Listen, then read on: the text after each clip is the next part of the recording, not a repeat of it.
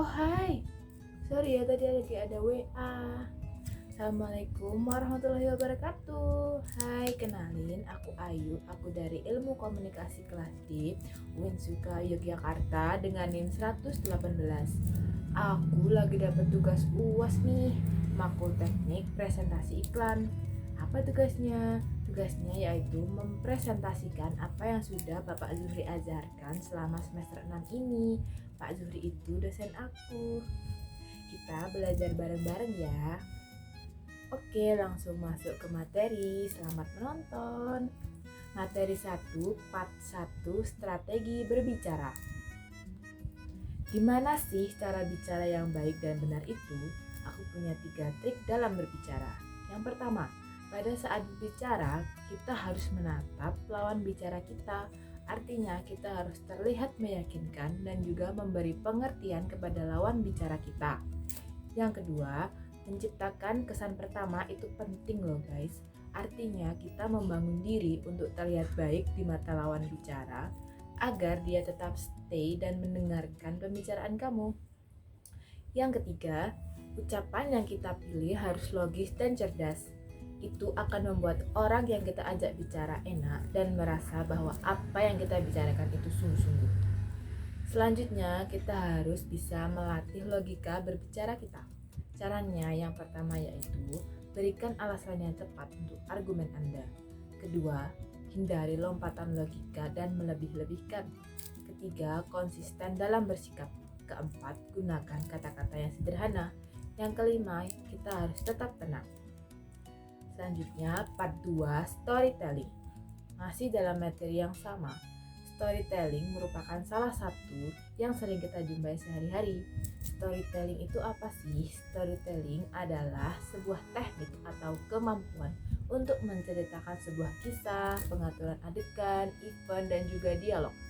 Dengan kemampuan storytelling yang menyentuh dasar hati akan menggerakkan hati orang untuk bersimpati. Dow Stevenson juga berkata bahwa storytelling merupakan keterampilan berbicara yang sangat bermanfaat saat presentasi, pertemuan, bisnis, wawancara, atau kehidupan sehari-hari. Selanjutnya, part 3, berani bicara. Ciri-ciri atau gejala trauma bicara itu ada 4. Yang pertama, berbicara terbata-bata. 2. Suara kecil dan bergetar. 3. Gagap berlebihan. 4. Tidak berani menatap mata orang lain. Membuang rasa takut itu gimana sih kak? Oke, aku punya 4 triks. Yang pertama yaitu kuasai atau ciptakan nuansa karikatur pendengar. Kedua, pada saat perkenalan diri tidak boleh merendah, kita harus pede. Yang ketiga, konten harus kita pelajari dan dikuasai dengan baik. Keempat, mengucapkan mantra untuk meyakinkan diri. Unsur nonverbal juga digunakan saat bicara loh guys. Gunanya untuk memikat hati konsumen dengan bahasa tubuh yang mencuri perhatian. Gimana sih kak strategi bicara nonverbal? Yang pertama, penampilan itu penting loh guys. Kita harus bisa menciptakan kesan yang rapi dan sopan. Artinya bisa menempatkan diri dengan pakaian yang sesuai dengan acaranya. Kedua, tersenyum itu jangan lupa. Tatapan mata harus stabil, jangan kemana-mana. Dan juga gestur tangan digunakan dengan baik sebagai bentuk interaksi dan pengarahan. Selanjutnya, part 4, berani berbuat. Pada materi ini, aku mendapat tugas waktu itu membuat suatu naskah presentasi iklan. Kebetulan kelompokku dapat tentang produk rokok. Dalam mengaplikasikan tugas, setiap anggota kelompok mendapat jatahnya masing-masing. Ada yang jadi presentator, kreator, konten atau product information, dan copywriter. Di situ kita langsung mempraktekkan apa yang telah kami pelajari sebelumnya. Selanjutnya, part 5, lobby dan negosiasi. Lobby dan negosiasi dapat muncul dari keinginan kita supaya dapat terwujud sesuai harapan dan tujuan kita. Namun harus tetap mengutamakan kesepakatan bersama kedua pihak. Misal saja pada suatu event, tapi untuk meminimalisir budget, kita melobi juri. agar mau membuat juri menjadi dua juri sekaligus agar biaya lebih murah. Seni mendekati orang lain agar mau sesuai dengan kehendak kita. Proses tawar-menawar agar mencapai kesepakatan bersama antara kedua pihak. Penampilannya bagus, kesamaan ide, gagasan, dan pendekatan personal itu juga penting loh guys. Part 6, strategi bertanya. Pertanyaan merupakan wujud ketertarikan pada lawan bicara. Rumusnya yaitu communication. Sama dengan question atau pertanyaan, price, pujian, dan reaction. Jadi dalam bertanya itu, dalam komunikasi ada rumusnya. Yang pertama pasti akan muncul pertanyaan. Yang kedua, kita akan mengeluarkan sebuah pujian, dan setelah pujian itu muncul maka akan adanya reaksi dari kita.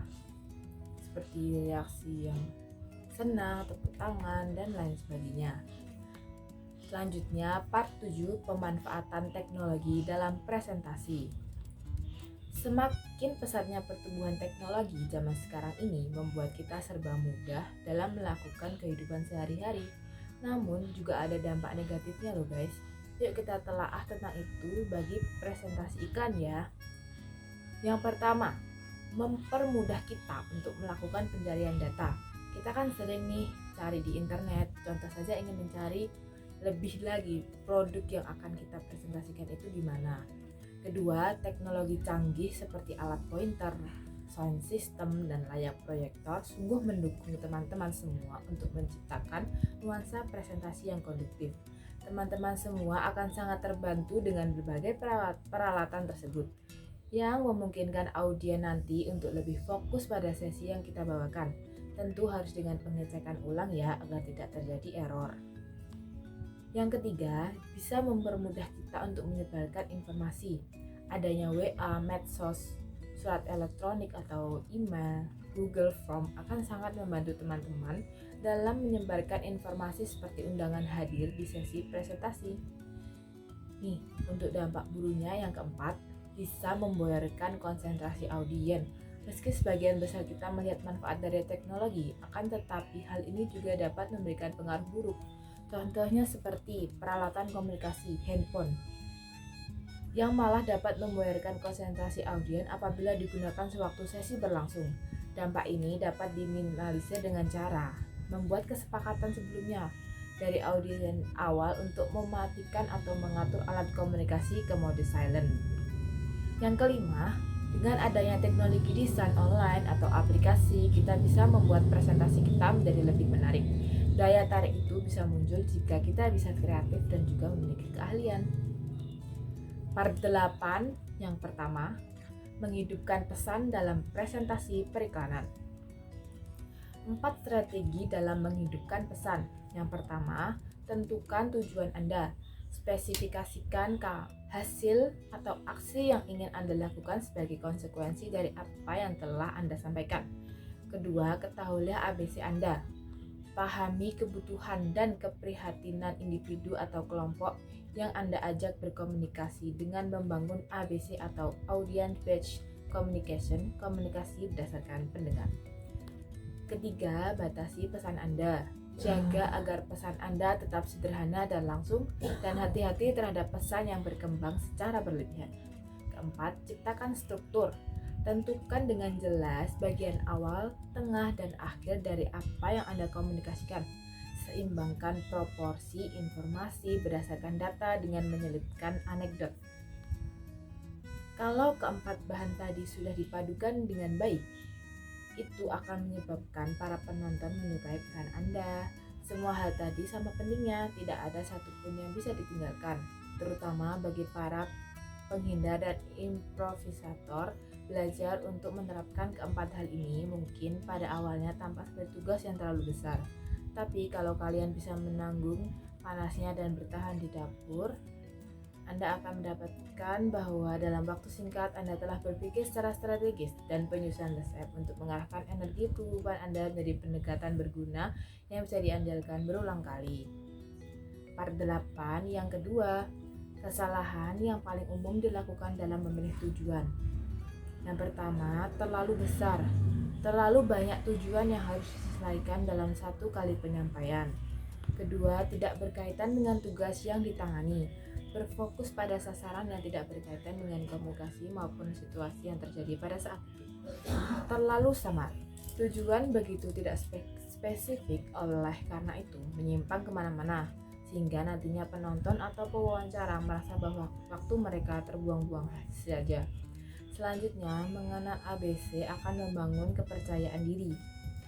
Orang-orang merasa gugup sewaktu berbicara di depan umum karena mereka terlalu sadar diri dan bukannya sadar orang lain. Dengan memfokuskan semua atau sebagian besar perhatian Anda pada diri sendiri, Anda hanya akan meningkatkan semua kegelisahan yang mungkin Anda rasakan. Sementara dengan memfokuskan perhatian para penonton akan menghilangkan semua ketegangan itu. Ini bisa menjadi sebuah dorongan kepercayaan diri terbesar kalian yang bisa berikan kepada diri sendiri, karena dengan mengarahkan perhatian akan menjauhi diri sendiri. Mengenal penonton bisa mengubah tujuan kalian. Mempersiapkan pesan yang efektif merupakan proses membangun. Berat setiap balok yang memberikan informasi baru yang Anda mempengaruhi kekuatan fondasi yang mungkin memaksa adanya suatu perubahan. Selanjutnya, batasi pesan kalian. Penting juga untuk mengenali bahwa komunikasi lisan jauh berbeda dengan komunikasi tertulis. Dengan pesan lisan, seseorang hanya memiliki satu kesempatan untuk menyampaikan inti pembicaraan dan biasanya dalam waktu terbatas. Oleh karena itu, rancanglah cara berkomunikasi Anda sehingga Anda dapat mengirimkan pesan yang harusnya disampaikan, bukannya semua pesan yang Anda ingin sampaikan dengan jangka waktu yang telah ditentukan. Selanjutnya, ciptakan struktur. Penonton juga membutuhkan struktur. Mereka tidak bereaksi dengan baik terhadap kurangnya keteraturan dari calon karyawan, pembicara, atau pembicara acara. Menurut mereka, kalau kalian tidak bersedia meluangkan waktu untuk mempresentasikan wawancara, pidato, atau presentasi dengan baik, apa yang akan mereka dapatkan apabila mereka mempekerjakan Anda atau mendengarkan atau bertindak atas saran kalian? Banyak juga ya materinya. Yang nonton sampai habis keren banget, kalian sangat ingin belajar dan juga menghargai aku tentunya. Baik, karena materi sudah habis, baik aku akan memberikan sebuah contoh mempresentasikan UMKM, produk UMKM yang ada di dekat rumahku, yaitu sebuah tanaman.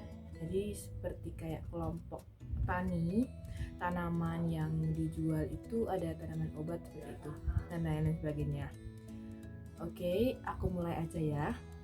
Seperti ini. Assalamualaikum warahmatullahi wabarakatuh. Selamat siang semua, saya Ayu, salah satu pengelola kelompok tani Sumber Rezeki, akan mempresentasikan sebuah produk UMKM yang kami banggakan ini. Bermula dari hobi kami yang mengoleksi tanaman, kami menjadi lebih mendalami bagaimana membudidayakan tanaman itu, mulai dari menanam, dari bibit, hingga mendapat hasil atau panen.